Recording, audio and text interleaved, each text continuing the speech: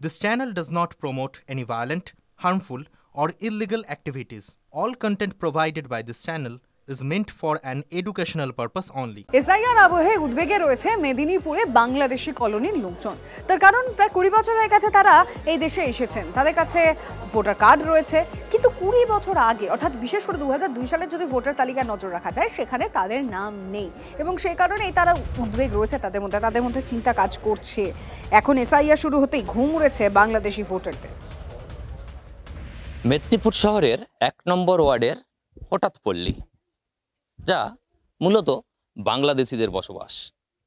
বাংলাদেশের ভোলা ডিস্ট্রিক্টেরই মূলত ওখানকার নিপীড়িত হিন্দুরাই উঠে এসেছেন এখানে, আর তাদেরই বসবাস এই এলাকায়।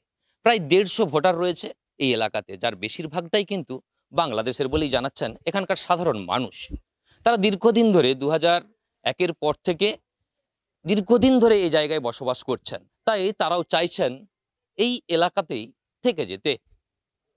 প্রশাসনিক সহযোগিতা নিয়ে স্থায়ীভাবে ভারতের বাসিন্দা হয়ে তারা এখানে থাকতে চান। এশায়ার আবহে কিছুটা হলেও মনের মধ্যে ভয় থাকলেও কিন্তু তারা আস্থা রেখেছেন এই ভারত সরকারের উপরে। তারা চাইছেন স্থায়ীভাবে এই এলাকায় বসবাস করতে। এই হঠাৎ পল্লীর বাসিন্দারা বা এই হঠাৎ পল্লীর বাসিন্দাদের পরবর্তী কি হয় সেটা কিন্তু দেখার বিষয় হবে। এই এশায়ার আবহে এই ভোটার লিস্ট থেকে যে নাম বাদ দেওয়ার পর্ব, সেখান থেকে নাম বাদ চলে যায় না থাকেন আগামী দিনে তারা, সেটা কিন্তু দেখার বিষয়। মেদিনীপুর থেকে ক্যামেরায় সুজয় নায়কের সাথে দেবব্রত সরকার, TV9 বাংলা। এই যে 11 সালে আসছি, দালালের মাধ্যমে আসছি। আমরা তো ভোটার হচ্ছি, ভোট দেই, কিন্তু এখন যে হয়তো কি এসআইআর হচ্ছে না কি হচ্ছে, সেখানে যদি সরকার আমাদেরকে ভোটার করে বা রাখে, রাখবে, না রাখলে না রাখবে। এটা যে নাম কে দিয়েছে হঠাৎ পড়লে, এটা আমরা নিজেরাই জানি। আমার 24 বছর হয়েছে, 2001-এর চেয়ে আমাদের ভিতরে সেরকম আতঙ্ক সৃষ্টি হয়নি। সরকার তো বলেছে যে সবাইকে নাগরিকত্ব দিবে কি বা যার একটা ব্যবস্থা করবে, তাহলে আর আতঙ্ক হয়েও বা কি করবো, আর কিছুই হবে না।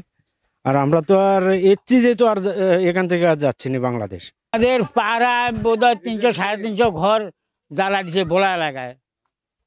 তারপরে আমরা চলে এসেছি এখানে বিক্রি বাটা করে। আমি 92-তে এসেছি, তারপরে যাই দেশে যাই বিক্রি বাটা করে একবারে চলে। এসআইআরের ভয়ে বাংলাদেশে পালানোর হিড়িক দেখতে পাওয়া যাচ্ছে। স্বরূপনগরের বিথারি সীমান্তে পাকড়াও আরও 38 জন বাংলাদেশি। পরপর 3 দিনে 94 জন বাংলাদেশিকে পাকড়াও করল বিএসএফ। বেশ কয়েক বছর ধরেই ভারতে আত্মগোপন করেছিলেন এই অনুপ্রবেশকারীরা। এসআইআরে ধরা পড়ার ভয়ে বাংলাদেশে ফিরতে গিয়ে তারা ধরা পড়ে যান। অন্যদিকে আবারও বসিরহাটে এসআইআর আতঙ্ক। 2002-এর ভোটার তালিকায় নাম থাকলেও কমিশনের লিস্টে নাম নেই। চরম উৎকণ্ঠায় বসিরহাটের 48 জন বাসিন্দা।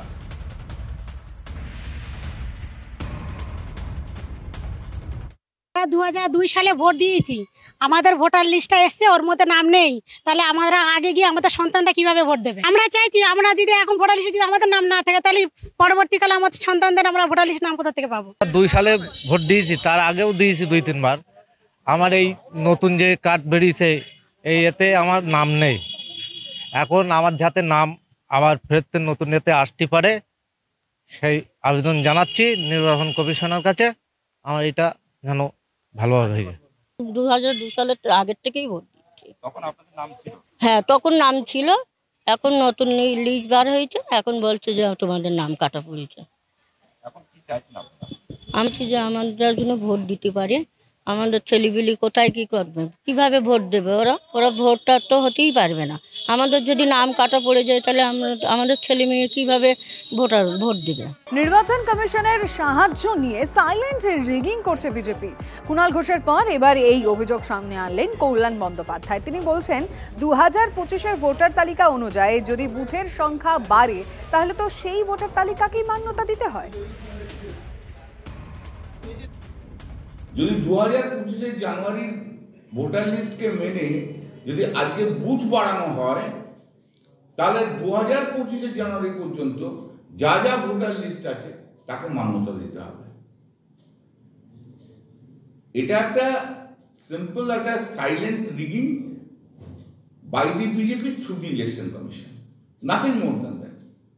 কোনটা তো ইনকনসিস্টেন্ট কথা বললে হবে না। তো কনসিস্টেন্সি চাই। 2025-এর ভোটার লিস্ট দেখে কটা বুথ হবে ডিসাইড করছো, আর ভোটার লিস্টের নাম ইনক্লুশন এক্সক্লুশনের ক্ষেত্রে তুমি বলছো 2002 থেকে পর থেকে 2025 জানুয়ারি পর্যন্ত যে ভোটার লিস্ট আছে তাকে মান্যতা দেবো না, তা হয় না, দ্বিচারিতা হয়ে যাচ্ছে, ইনকনসিস্টেন্ট বিটুইন টু। এর আগে কুণাল ঘোষ কি বলেছিলেন শুনবো। সাইলেন্ট রিগিং হয়ে চলেছে, ইনভিজিবল। এই যে এরা বলছে, এরা জানে এই চক্রান্তটা, এই যে মুখে বলছে না এত লোক বাদ যাবে, এটা পরিকল্পিত চক্রান্ত। বিজেপির পার্টি অফিসে বসে চক্রান্ত হয়েছে, সেই চক্রান্ত ইলেকশন কমিশনের মাধ্যমে তাদের ওয়েবসাইটে উঠছে। না হলে বিজেপির নেতারা কি করে বলতে পারেন এসআইআর এর আগে বলছেন এতজন বাদ যাচ্ছে? তার কারণ তারা জানেন যে তারা এতগুলো মানুষের নাম, এর মধ্যে হিন্দু রয়েছে অনেক। কুণাল ঘোষের বক্তব্য আপনাদের শোনালাম, তার আগে কুণাল ঘোষের পর কল্যাণ বন্দ্যোপাধ্যায় কি বলেছেন সেই কথা আপনাদেরকে শুনিয়েছি। অবশ্যই এ নিয়ে আলোচনা তো চলবেই, তার কারণ তারা যেটা অভিযোগ করছে নির্বাচন কমিশনের মাধ্যমে সাইলেন্ট রিগিং করছে বিজেপি। 2025-এর ভোটার লিস্ট মেনে বুথ বাড়ানো হলে ওই ভোটার লিস্টকেই মান্যতা দিতে হবে দাবি শ্রীরামপুরের তৃণমূল সাংসদের। কমিশনের বিরুদ্ধে দ্বিচারিতার অভিযোগ করছেন কল্যাণ। শুধুমাত্র কল্যাণ বন্দ্যোপাধ্যায় নয়, এর আগে কুণাল ঘোষও ঠিক একই বক্তব্য রাখেন। এই অভিযোগ বারংবার আসছে, কিন্তু বিজেপি কি মনে করছে জানার চেষ্টা করব। বিজেপি নেতা রাহুল সিনহা আমাদের সঙ্গে রয়েছেন। রাহুল বাবু, প্রথমে কুণাল ঘোষ, তারপরে কল্যাণ বন্দ্যোপাধ্যায়, তারা বলছেন যে আপনারা মানে বিজেপি ইলেকশন কমিশনের মাধ্যমে সাইলেন্ট রিগিং করছে, কি বলবেন? বাংলাদেশের মাধ্যমে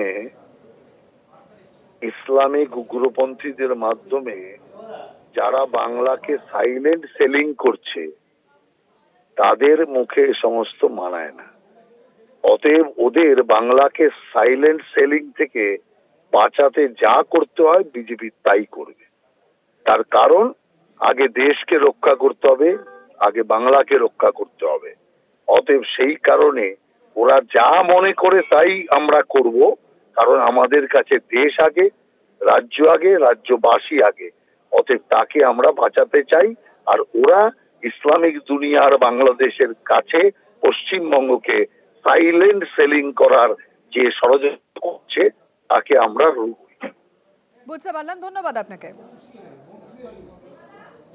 বাড়ি বাড়ি গিয়ে এসআইআর আতঙ্ক ছড়াতে নির্দেশ তৃণমূল নেতার। মহিলাদের বাড়ি বাড়ি গিয়ে ভয় দেখান। এনআরসির মাধ্যমে ডিটেনশন ক্যাম্পে পাঠাতে চাইছে বিজেপি। বাড়ি বাড়ি গিয়ে মহিলাদের মধ্যে প্রচার চালাতে এবার নির্দেশ আইএনটিটিইউসি এর উত্তর 24 পরগনা জেলা সভাপতি তাপস দাশগুপ্তর।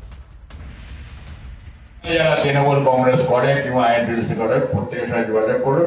ভোটার লিস্টে নাম কেটে গেলে কিন্তু আপনাকে ক্যাম্পে পাঠিয়ে দেবে। সুতরাং ওই জিনিসটা যেন না হয়। বিজেপি আমাদের ভোটার লিস্টের নাম কেটে আমাদের এনআরসি ক্যাম্পে ঢুকেছে, ডিটেনশন ক্যাম্পে ঢোকাতে চাইছে। সুতরাং তার বিরুদ্ধে বলছে মহিলাদের ভয় পাইয়ে দেবে।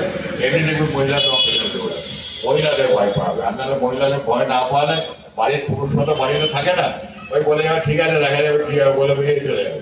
আর বিএলওদের পেছনে লাগতে হবে। নিরপেক্ষ কাজ করার অসুবিধা নেই, যদি নিরপেক্ষ কাজ না করে তাকে কিন্তু কাজ করতে দেওয়া হবে না, এটা পরিষ্কার বলে দেওয়া হবে। আইছে ভয় দেখায়, যদি একটা মরে যায় আবার নাচবো, আবির খেলবো। হ্যাঁ, ওরা চায় যে বাংলার মানুষ আতঙ্কিত হোক, বাংলার মানুষ মরুক। আর যত মরবে ওরা তত আন্দোলন করবে, তত লোককে দেখাবে, তত ডিজে বাজাবে। তাই তো হচ্ছে। মানুষ এদেরকে বিশ্বাস করবে না, কিন্তু এদের চরিত্রটা সামনে এসে গেছে। আইএনটিটিইউসির নেতা, আপনি বলুন তো দেখি, ও কোন কলে কোন কারখানায় কবে কাজ করেছে? এদের ছাত্র নেতা যারা কোনো স্কুলে যায়নি। এই তো হচ্ছে একটা রাজনৈতিক দল। এসআর নিয়ে মানুষ সবটা বোঝে না। এসআর মধ্যে ভালো মন্দ মানুষকে বোঝাতে হবে। এসআর কে কেন্দ্র করে সারা দেশ জুড়ে যে ধরনের ভোটারের অধিকার কেড়ে নেওয়ার চেষ্টা করা হয়েছিল, তার বিরুদ্ধে মোকাবেলা করে, তার বিরুদ্ধে আন্দোলন করে কংগ্রেস এবং অন্যান্য বিরোধী দলগুলো সেটাকে আটকানোর চেষ্টা করছে। মানুষের কাছে এইগুলো কিন্তু বলতে হবে। মানুষ যত সচেতন হবে এসআর নিয়ে কিন্তু এই সরকারের এবং এই নির্বাচন কমিশনের কোনো দুরভিসন্ধি কিন্তু সফল হবে না। এসআর কে সামনে রেখে ভোটের ময়দান গরম করা হচ্ছে। এসআর কে সামনে রেখে মানুষকে আতঙ্কিত করো, মানুষকে আতঙ্কিত করে তারপরে তার সহায়ক হয়ে তার রক্ষা করতে হয়, তার আমার কাছে নাটক করো এবং আমার ভোটের ব্যবস্থা নিশ্চিত করো। এসআইআর আবহে আরো এক গ্রেফতারি খবর আসছে। ভারত নেপাল সীমান্ত পানি ট্যাঙ্কি থেকে গ্রেফতার করা হয়েছে এক বাংলাদেশিকে। প্রসেনজিৎ চৌধুরী আমাদের প্রতিনিধির কাছ থেকে জানবো এই ব্যক্তি সম্পর্কে কি কি তথ্য জানতে পেরেছো প্রসেনজিৎ? দেখো, এসআইআর আবহেই ভারত নেপাল সীমান্ত এলাকা থেকে এক ব্যক্তিকে বিএসএফ গ্রেপ্তার করেছে। ধৃতের কাছ থেকে একটি বাংলাদেশি নাগরিকত্বের পরিচয়পত্র পাওয়া গেছে, অন্যদিকে ভারতীয় জাল আধার কার্ড পাওয়া গেছে। এই ব্যক্তি প্রায় 2.5 মাস আগে বাংলাদেশ সীমান্ত পেরিয়ে ঢুকেছিল। সে বাংলাদেশের দিনাজপুর জেলার বাসিন্দা। বাগডোগরা এবং সংলগ্ন এলাকায় রাজমিস্ত্রি কাজ করতো এবং ওই এলাকায় বসবাস করছিল। সূত্রে খবরের ভিত্তিতে তাকে বিএসএফ আটক করে এবং পুলিশের হাতে তুলে দেওয়া হয়েছে। ধন্যবাদ। নির্বাচন কমিশন গর্তে কার্বলিক অ্যাসিড দিয়েছে, সাপগুলো বেরিয়ে আসছে। এসআইআর ইস্যুতে ঠিক এভাবেই মন্তব্য করলেন শুভেন্দু অধিকারী। সীমান্তবর্তী গ্রাম ফাঁকা হয়ে গিয়েছে, 20 থেকে 25% বাংলাদেশি পালিয়েছে। 4 তারিখের আগে পালাও বাংলাদেশি অনুপ্রবেশকারীদের, ঠিক এভাবেই হুঁশিয়ারি দিলেন বিরোধী দলনেতা শুভেন্দু অধিকারী। গর্তে কার্বলিক অ্যাসিড দিলে সাপ বেরোয় না। ইলেকশন কমিশন গর্তে কার্বলিক অ্যাসিড দিয়ে দিয়েছে, সাপগুলো এখন বেরোচ্ছে। এটা তো প্রকৃত দৃশ্য। আমি এর আগে চিন্ময় প্রভুকে অ্যারেস্ট করার সময় হুঁশিয়ারি দিয়েছিলাম 3 দিন হাতে রেখে যে সোমবার থেকে পেট্রোপল বন্ধ করবো। নিউ মার্কেট ফাঁকা হয়ে গেছিল। এখনো আপনাকে বলছি প্রায় 20-25% মুসলিম বাংলাদেশি পালিয়েছে। বর্ডার এলাকার গ্রাম ফাঁকা হয়ে গেছে। নিউ টাউনে কাজের লোকরা নাই, হাওয়া হয়ে গেছে। খোঁজ নেন, বুম ক্যামেরা পাঠান। আজকেও বলছি পালাও, এখনো হাতে 24 ঘন্টা আছে। 4 তারিখের আগে পালাও।